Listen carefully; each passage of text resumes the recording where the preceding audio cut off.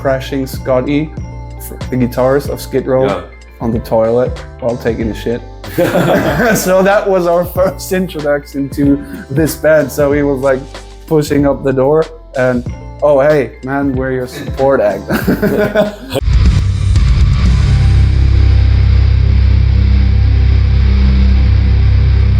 Why did you choose the name Bird's View? Is there a special story behind it?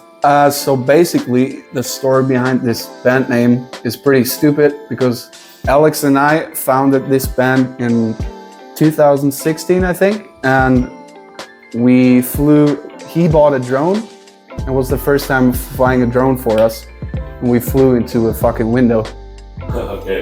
And the whole glass break, and the only thing left was like this black bird sticker for like that birds don't fly against the window, and that was the only thing left. So we crashed the window, and that's basically the story behind it. Wow. A good view. How has your journey been so far? Can you share a memorable moment from a live show? There's been a lot of memorable live shows in the last year. I think one pretty cool thing was last year we've been touring with Soulfly, and our first show was in Hanover in Germany with them, and we didn't know what's gonna happen. We do a bit of a different style than them, and we thought either the crowd's gonna rip us apart or it's gonna be a cool one. Luckily it was a pretty cool one, and it was like midsummer, July something, and we had like 35 degrees outside. Nobody knew what the temperature was inside, but we were sweating like hell. But the people just started going, and it was a pretty cool show. And yeah, every live show where the people having a good time, stage diving, jumping, sweating, bouncing, it's every time it's a memorable thing. And that's cool because it was like a metalhead crowd, so you don't know how it could go. So about that, what's the funniest or most unexpected thing that happened to you on tour?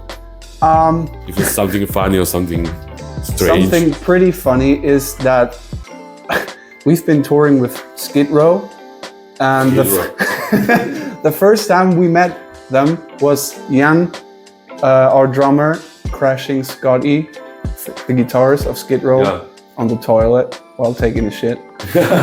So that was our first introduction to this band. So he was like pushing up the door and, oh hey man, we're your support act. I support you while you're shitting too.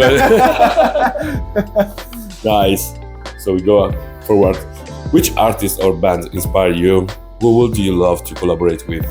That's always a good question. I think we can't deny a few influences, like Refused, Queens of the Stone Age, Nirvana. You hear it in our style, of course, but there's also like a wide frame of bands we love.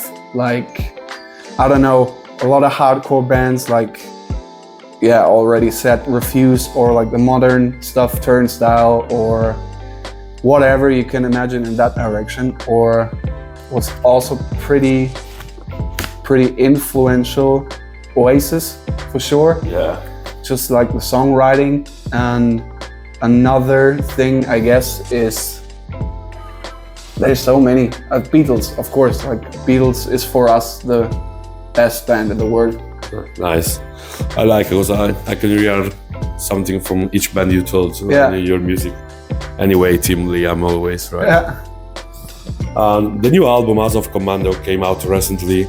Have you received positive feedbacks, like from magazine and stuff? And how are you working to promote this release? The resonance for this record was pretty amazing. Like, we thought, okay, we were getting credits or like reviews from a lot of metal magazines, and we thought, okay, it might be too poppy for these kind of magazines, but everybody said it's at least a decent album, and we've got a lot of like overwhelming. If a metalhead that used to listen to Iron Maiden say it's a decent album, it means like it's a very good album. But we got a lot of good reviews. There's a magazine in Germany called Visions, which is pretty huge there, and they really liked it, and so overall I think it's a really good resonance. Very good. and the live shows. Also, the people know the lyrics where we play here, where we play in Germany. Not yet in Italy, but hope so soon. learn for tonight. But yeah, it's, I think, pretty good. And for now, our way to promote the record is playing live as much as possible. So you have a big contact with your fan. What do you want your fan to feel when they listen to your music, like on the shows? What you like to see? On the shows, I think you have to, as I said, keep it 90s and stage dive and go nuts and mosh and good all the way. Good old way, like, I don't know, the videos you know from the 90s. Like, keep your phone in your pocket and just have a good time. Yes, and hearing that from a young guy like you, yeah, makes me so happy because I was losing hope about that. So we are going at the end. This is the last question. Yeah. Since we are guests at Orto Tattoo, the question about tattoos is a must. Okay. What's your relationship with tattoos? Do you have any tattoo that holds meanings related to the band or your band or music in general? Music in general, of course. I have two small ones, very small ones. Like that one is a Celtic knot I have in all my fretboards on my guitar, and I have a UFO for Foo Fighters on my upper elbow, and that's basically it on my side. But the other guys have a lot of tattoos, like Alex. And the other guys were too shy to be in the interview. Yeah, we had too done at the moment. Too much food at lunch. We are done. But yeah, Alex has like like the Hawk of Taylor Hawkins, or he has like a skeleton drinking coffee because we all drink a lot of coffee. Yeah. And yeah. So thanks, Nico, for this small interview, and hope you have a great show tonight. And we do. See you soon. See you soon. Okay. Bye-bye. Bye.